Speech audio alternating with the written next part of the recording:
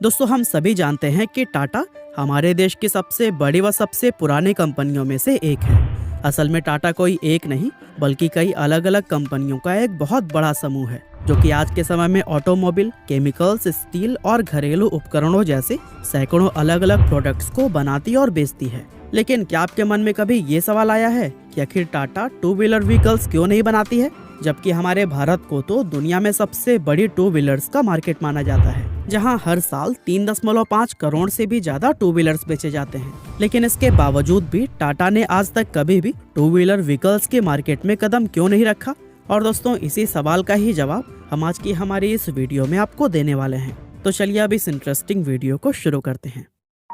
दोस्तों टाटा ग्रुप की subsidiary Tata Motors एक ऐसी कंपनी है जिसे कि आज के समय में भारत के सबसे बड़े ऑटोमोटिव मैन्युफैक्चरर्स में से एक माना जाता है। और यही वजह है कि लोगों को यह बात इतना ज्यादा हैरान करती है कि इतने बड़े ऑटोमोटिव मैन्युफैक्चरर होने के बावजूद भी टाटा ने टू व्हीलर व्हीकल्स मार्केट के अंदर एंटर करने की कोशिश आखिर क्यों नहीं की।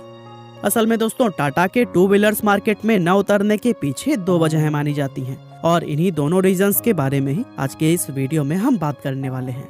तो reason number 1, Tata only focus on safe transportation options. दोस्तों टाटा द्वारा टू व्हीलर व्हीकल्स को न बनाने का सबसे पहला और सबसे अहम रीजन यह है कि टाटा अपने फायदे से कहीं ज्यादा लोगों की सुरक्षा को इम्पोर्टेंस देता है। अब चूंकि टू व्हीलर एक ऐसा व्हीकल है जिसे इंसानों के लिए सबसे ज्यादा खतरनाक माना जाता है, क्योंकि टू व्हीलर पर सफर करने वाले लोग ही सबसे ज्यादा सड़क दुर्घटनाओं के शिकार होते हैं। इसीलिए टाटा ने आज तक टू व्हीलर मार्केट में कभी भी कदम नहीं रखा है। दरअसल इतिहास भी इस बात का गवाह है कि टाटा ने हमेशा खुद से पहले देश और देश के नागरिकों को रखा है। और यह काम टाटा तब से करते आ रहा है जब 153 साल पहले जमशेदजी टाटा के द्वारा इस कंपनी की नींव रखी गई थी। असल में जमशेदजी टाटा ही वो इंसान थे जिन्होंने भारत को अपना पहला स्टील प्रोडक्शन प्लांट, पहला hydro electric power plant, Taj Mahal palace hotel के रूप में, भारत का पहला 5 स्टार होटल और भारत के टॉप रिसर्च इंस्टीट्यूट्स में शुमार किए जाने वाले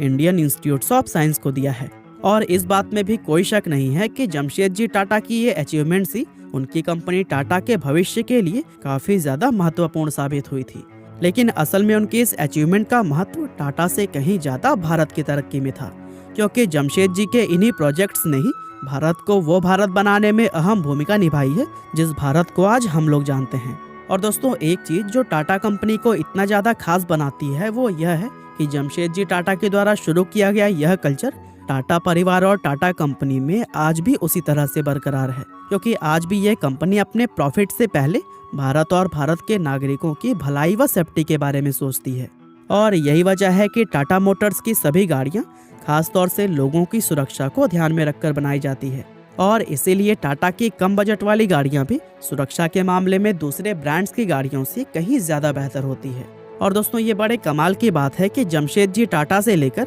रतन टाटा तक टाटा परिवार के किसी भी सदस्य के द्वारा कभी भी टू व्हीलर व्हीकल्स की मार्केट में आने की कोशिश नहीं की गई। और दोस्तों रतन टाटा के बारे में तो यह स्टोरी भी काफी फेमस है कि एक बार वो अपनी कार में सवार होकर कहीं जा रहे थे और उस समय काफी तेज बारिश हो रही थी, जिसके चलते सड़क पर काफी फिसलन हो गई थी। और उसी समय रतन टाटा की कार के करीब से एक व्यक्ति टू व्हीलर पर अपनी फैमिली को लेकर गुजरा। रतन टाटा ने देखा कि उस टू व्हीलर पर कुल 4 लोग सवार थे और चूंकि बारिश के कारण सड़क पर काफी फिसलन हो गई थी, इसीलिए उनका व्हीकल सड़क पर स्लिप होकर नीचे गिर गया और इस हादसे में उन सभी लोगों को काफी चोटें आई थी। ये दुर्घटना रतन टाटा ने खुद अपनी आंखों से देखी थी और इस तरह के एक्सीडेंट की वजह से ही उन्होंने टू व्हीलर व्हीकल को कभी भी एक सेफ वाहन नहीं माना। इसके अलावा कुछ समय पहले एक मीटिंग के दौरान टाटा ग्रुप के एक पूर्व एमडी से जब यह सवाल पूछा गया कि टाटा टू व्हीलर व्हीकल्स क्यों नहीं बनाता है, तब उन्होंने यह जवाब दिया कि Tata two wheeler vehicle market में इसलिए एंटर नहीं करता क्योंकि पैसेंजर व्हीकल मार्केट के अंदर टाटा का कमिटमेंट लोगों को सुविधाजनक व सुरक्षित ट्रांसपोर्टेशन ऑप्शन प्रोवाइड करना है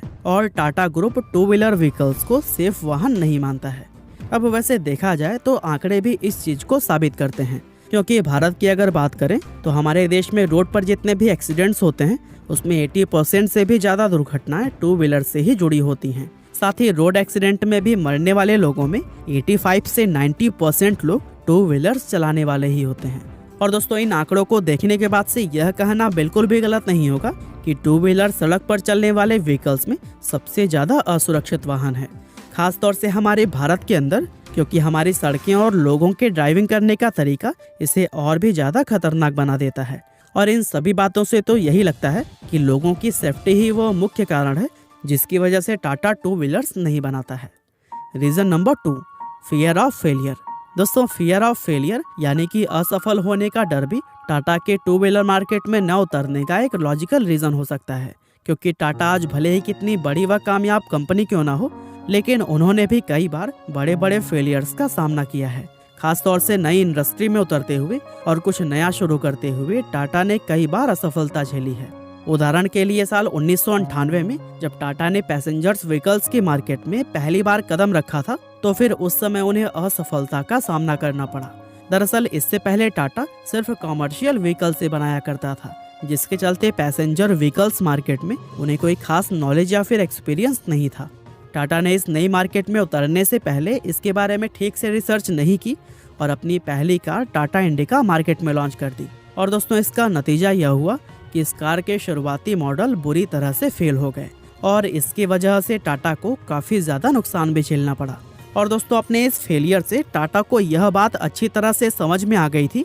कि कोई भी ऐसी नई मार्केट जो कि बहुत ही ज़्यादा कॉम्पिटिटिव हो और जिसमें पहले से ही बहुत बड़े बड़े प्लेयर्स मौजूद हों, उस मार्केट में उतरने से पहले उसके बारे में गहराई से रिसर्च करना और उसके बारे में सही ढंग से समझना बहुत ही ज़्यादा ज़रूरी होता है। इसके अलावा पैसेंजर व्हीकल मार्केट में टाटा को दूसरा सबसे बड़ा सबक अपने टाटा नैनो प्रोजेक्ट के दौरान मिला था। आपकी जानकारी के लिए बता दें कि टाटा नैनो टाटा कंपनी के इतिहास में हुए उनके सबसे बड़े फेलियर्स में से एक माना जाता है। इस पूरे प्रोजेक्ट में टाटा ने मार्केटिंग से लेकर मैन्युफैक्चरिंग तक बहुत सारी गलतियां की थी, जिसके चलते ये कार मार्केट में ज़्यादा बिक नहीं पाई और टाटा के लिए यह उनकी सबसे बड़ी असफलताओं में से एक बन गई। और दोस्तों, इस तरह के फेलियर से टाटा को यह बात समझ में आ गई थी कि जिस मार्केट के बारे में कोई खास नॉलेज या एक्सपीरियंस न हो, उस मार्केट में आधी अधूरी तैयारी के साथ उतरना ही बहुत ज़्यादा रिस्की होता है।